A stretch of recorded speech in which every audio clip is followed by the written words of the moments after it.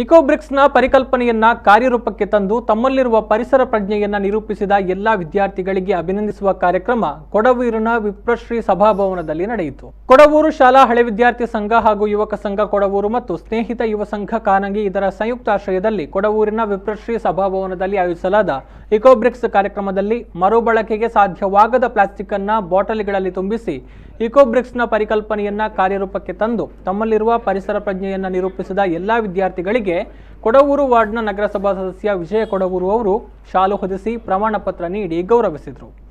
ಮುಖ್ಯ ಅತಿಥಿಯಾಗಿ ಪಾಲ್ಗೊಂಡು ಮಾತನಾಡಿದ ಮಣಿಪಾಲ ಎಂಐಟಿಯ ಪ್ರಾಧ್ಯಾಪಕ ನಾರಾಯಣ ಶೆಣೈಯವರು ಜಗತ್ತಿನ ಎಲ್ಲಾ ಚರಾಚರಗಳಿಗೆ ಪ್ಲಾಸ್ಟಿಕ್ನಿಂದ ಆಗುವ ದುಷ್ಪರಿಣಾಮಗಳ ಬಗ್ಗೆ ನಾವೆಲ್ಲ ತಿಳಿದುಕೊಂಡು ಅದರ ಬಳಕೆಯನ್ನು ಮಿತಗೊಳಿಸಿ ಪ್ಲಾಸ್ಟಿಕ್ನ ಪರ್ಯಾಯ ವಸ್ತುಗಳ ಬಗ್ಗೆ ಗಮನ ಹರಿಸಿ ಮಾನವನ ಆರೋಗ್ಯಕ್ಕೆ, ಪ್ರಾಣಿಗಳ ಜೀವಕ್ಕೆ ಹಾಗೂ ಪರಿಸರಕ್ಕೆ ಆಗುವ ಹಾನಿಯನ್ನ ತಪ್ಪಿಸಲು ಯತ್ನಿಸೋಣ ಅಂತ ಹೇಳಿದರು.